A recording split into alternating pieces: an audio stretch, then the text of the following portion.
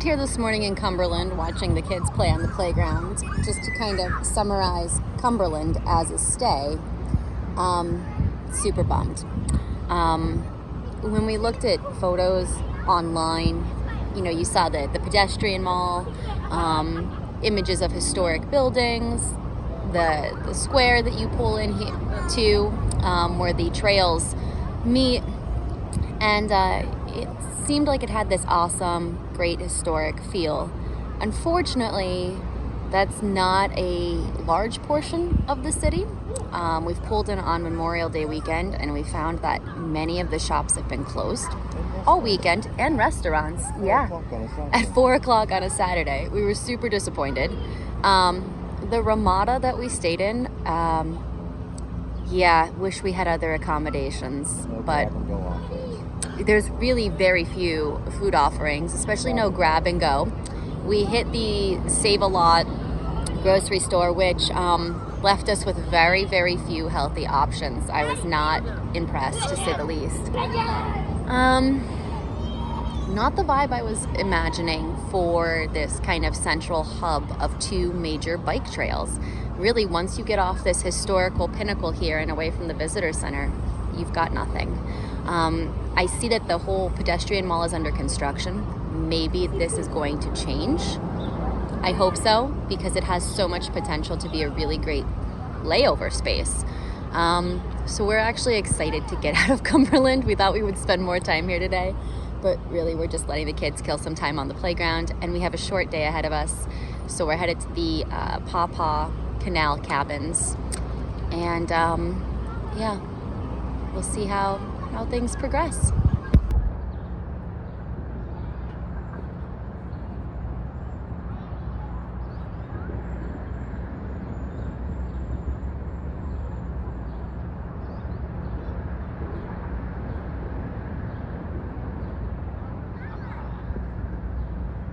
What's up, buddy? So excuse the poor quality photography, but I wanted to just give you a quick glimpse into the Cumberland Canal Visitor Center. The kids and I did head in to explore, and they had a great deal of interactive exhibits, very hands-on regarding the history, how the canals were built, why they were important, some of the tools utilized, even a life-size canal boat model. So we really did enjoy that. You can also get your passport cancellations if you collect those for the national park sites.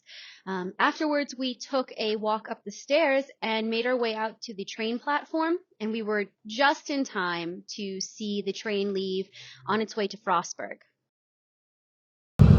What does it say?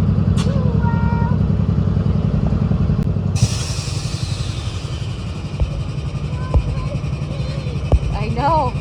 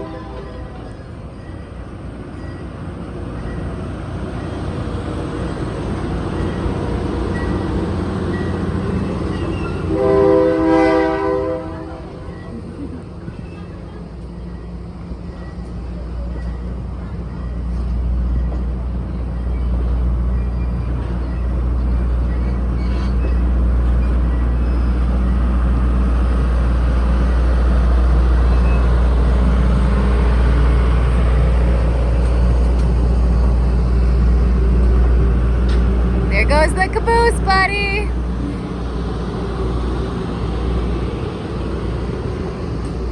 What do you think, guys? Those cars didn't go, I know. Farewell, Cumberland. Farewell, Gap Trail.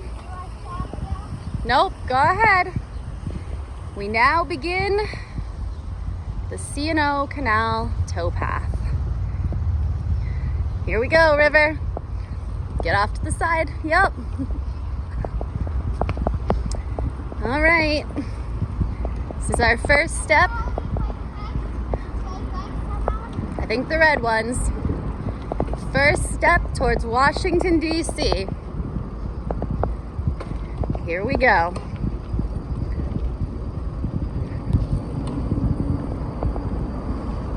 River off to the side, thank you. All right, there's a black sign ahead with an arrow. See it pointing? Go between the two black stanchions.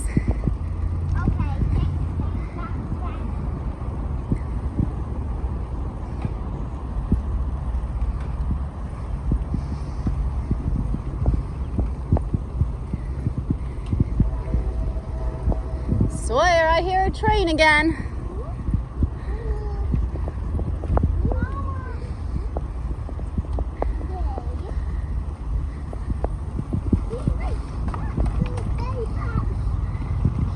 I guess this is where we should have stayed, huh, George? Whoa.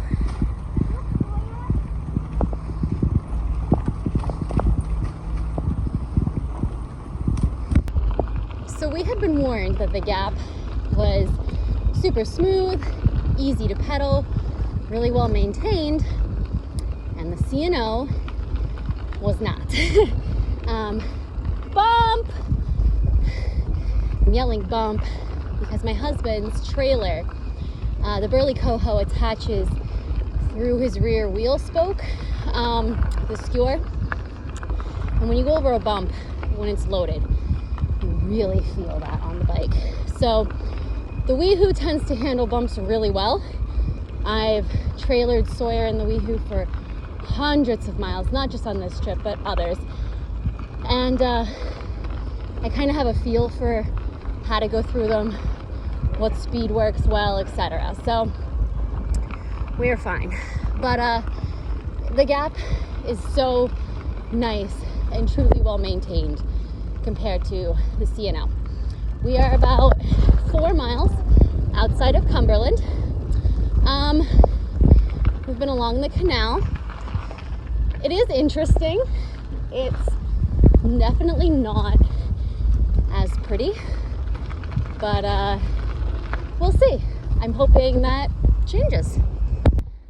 So I want to show you some of what we're encountering on the C&O. Those. The trail is just littered with them. They kind of come up out of nowhere on you. If you're riding at a decent speed, you're gonna clip those hard. If you're riding with a loaded trailer, you're really gonna feel it. Maryland, get your shit together. Come on.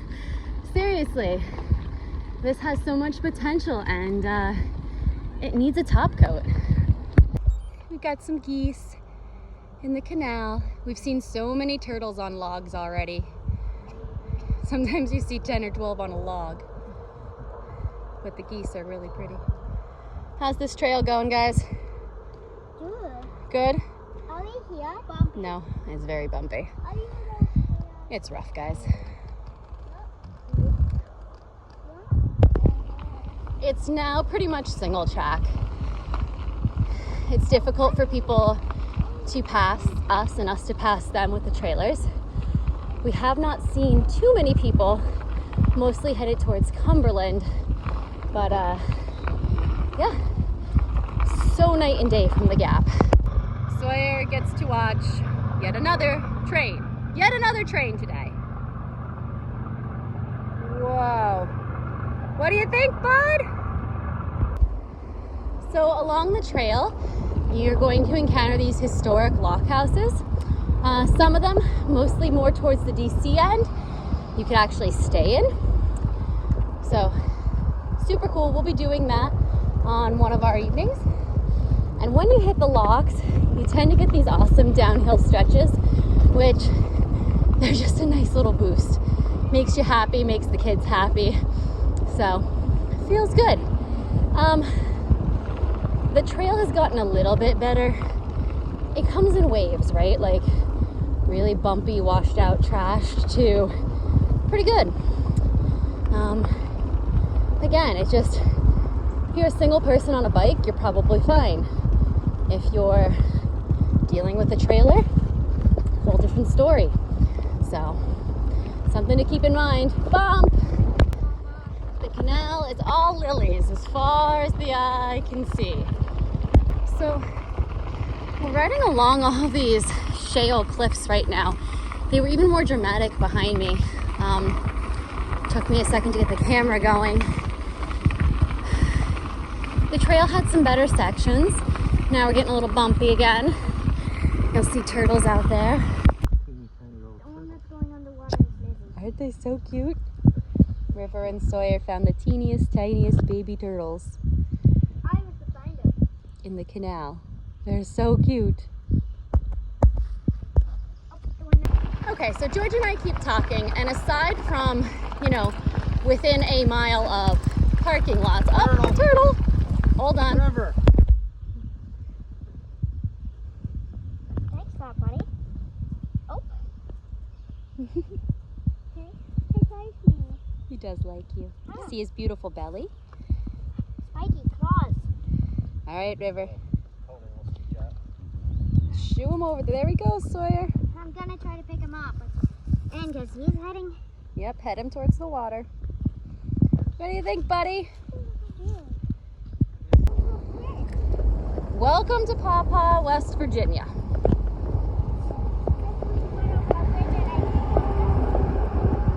Thus far, it's nice. I have to give it to PawPaw. They put this for the bikers, which, way to go, small town.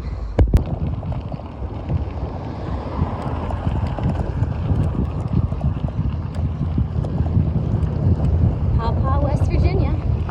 On our way to the Canal cabins. Actually, it's just me right now. The whole family is there, but I had to go on a recon mission for Bunny, Sawyer's bunny, who unfortunately bounced out about a mile and a half down the trail while he was napping, you notice. So it's about, let's say, a mile, 3/4 of a mile to get out of town, and then a mile and a half down the trail. So I put in a few extra, but it's well worth it because this dust-covered bunny has been on so many adventures, and Sawyer adores him. We're just not, you know, no bunny left behind. So here at the PawPaw Canal cabins, we are staying in the bus, and Sawyer is the happiest small boy there is. We have just showered him.